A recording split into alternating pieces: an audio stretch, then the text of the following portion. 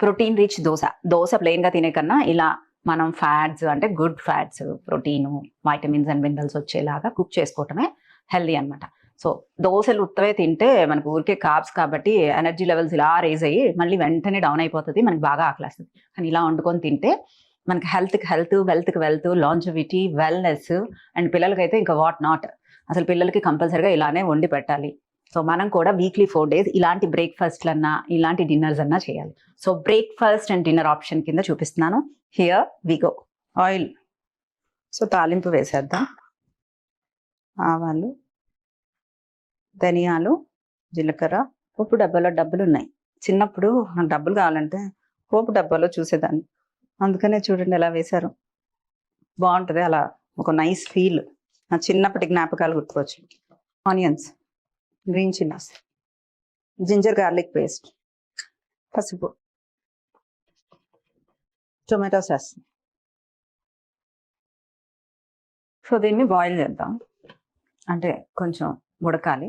So ఆ లోపల మనం గ్రేవీ తయారు చేసుకుందాం. సో పన్నీరు చక్కగా కట్ చేసుకున్నాం. పన్నీర్ అంటే ఇష్టం లేని వాళ్ళు టోఫు యూజ్ చేసుకోవచ్చు. టోఫు థైరాయిడ్ ఉండేవాళ్ళు తినకూడదు. ఈ కర్రీ చపాతీ, పూరీల్లో కూడా చాలా బాగుంటుంది. బట్ దోశల్లో కూడా ఇలానే తినాలి. సో జీడిపప్పులు ఇవి నానబెట్టుకున్నాను ఒక 1/2 hour. Garam masala, chilli powder, salt. So కొంచెం వాటర్ వేద్దాం. సో ఈ పేస్ట్ని ఇందులో వేసేసుకుందాం.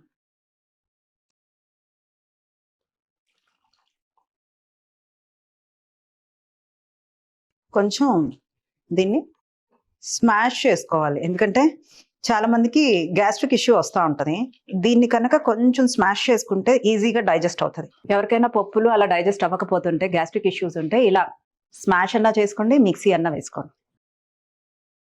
సో దీంట్లో నేను కొంచెం ఇంగువ వేస్తున్నాను డైజెషన్కి. కొంచెం కాదు, ఎక్కువ వేస్తున్నాను. డెఫినెట్గా బాగుంటుంది. వేసేద్దాం దీంట్లో. సో కరివేపాకు వేసి ఈ కర్రీ పక్కకు పెట్టేసి మనం దోశ వేసుకోండి. సిమ్లో కొంతసేపు ఉడికిద్దాం. ఇప్పుడు ఇది ఒక సూప్ బౌల్ దోశపిండి తీసుకున్నాను. దీంట్లో ఒక soup bowl roasted Chenna powder అంటే సత్తు పౌడర్ కలిపేస్తున్నాను. శనగ పిండి కన్నా ఇలా రోస్టెడ్ చెన్నానే మంచిది. సో ఇలానే చేసుకో. సో దీంట్లో మళ్ళీ సాల్ట్ ఏం అక్కర్లేదు, దోశపిండిలో వేసుకున్న సాల్టే సరిపోతుంది. దాంట్లో సాల్ట్ ఉంటుంది కాబట్టి. సో దోశ వేసేసుకుందామా. దోశలో ఇంత ఆయిల్ కూడా వేయొద్దు అసలు, జస్ట్ ఫ్యూ డ్రాప్స్ అంతే. సో అందుకని మనం వేసే ఆయిల్ అనేది చాలా కౌంట్ చేసుకునే వేసుకోవాలి. ఈ కూరలో అయితే ఇప్పుడు నేను వేసిన టేబుల్ స్పూన్ ఆయిల్కి ఈ కర్రీ దాదాపు ఒక 7 members తినచ్చు. 7 members డివైడ్ అయిపోతుంది. సో ఇదైతే అచ్చంగా మనమే తింటాం.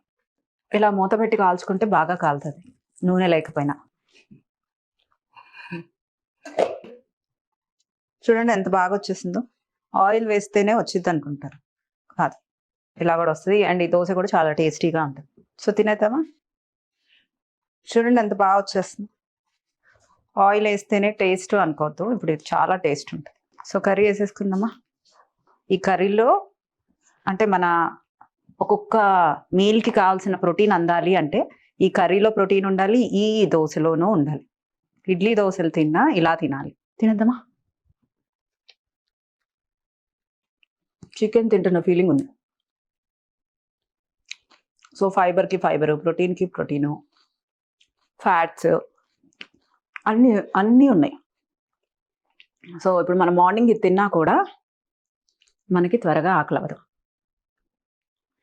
నైట్ టైం కూడా చాలామంది నేను తక్కువ తింటాను, నేనేమీ తిన్ను, నేను